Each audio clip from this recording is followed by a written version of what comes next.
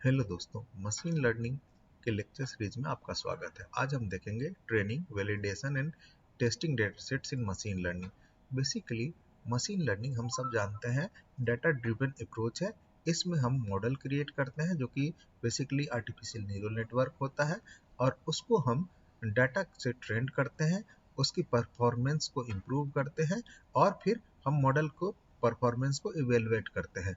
इसके लिए डाटा को हम 3 भाग में बांटते हैं। 60% डाटा का यूज ट्रेनिंग के लिए करते हैं, 20% डाटा वैलिडेशन के लिए यूज करते हैं और फर्दर 20% डाटा को हम इंडिपेंडेंटली टेस्टिंग के लिए यूज करते हैं। अब है ट्रेनिंग। ट्रेनिंग में बेसिकली हम 60% डाटा का यूज करते हैं। ये ट्रेनिंग डाटा सेट्स से डाटा पैटर्न को या डाटा के इंटर रिलेशनशिप को मॉडल लर्न करता है। तो लर्निंग बिहेवियर और बायस को हमारा training data sets directly effect करता है। तो अगेन है वैलिडेशन डाटा सेट्स। एक बार मशीन जब लर्न कर लेता है उसके बाद हम मशीन के मॉडल को वैलिडेट करते हैं। वैलिडेशन में हम क्या करेंगे कि फाइन ट्यून करते हैं हाइपर पैरामीटर्स को। अब हाइपर पैरामीटर्स क्या होते हैं? जब हम मॉडल डिजाइन करते हैं तो बहुत सारे पैरामीटर्स होते हैं जिसको हमको सेट करना पड़ता है। यानी जैसे कि लर्निंग रेट मॉडल का क्या होना चाहिए, कितने न्यूरॉन्स होना चाहिए, कितने नंबर्स न्यूरल नेटवर्क होना चाहिए। तो इनकी वैल्यू को हम सेट करते हैं और ये वैल्यू इस वैल्यूज के अकॉर्डिंग मशीन का परफॉर्मेंस डिपेंड करता है। तो इसकी सेटिंग के लिए हम इंडिपेंडेंट 20% डाटा रखे रहते हैं।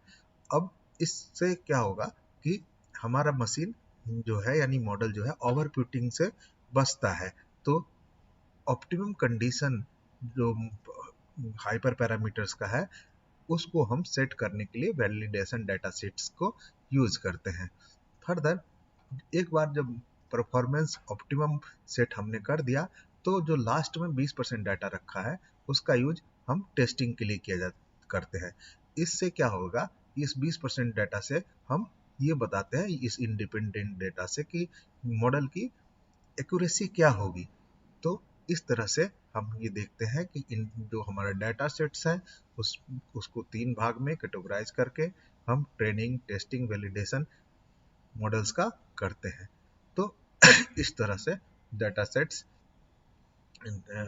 ट्रेनिंग, टेस्टिंग और वैलिडेशन डाटा सेट्स कहलाता है।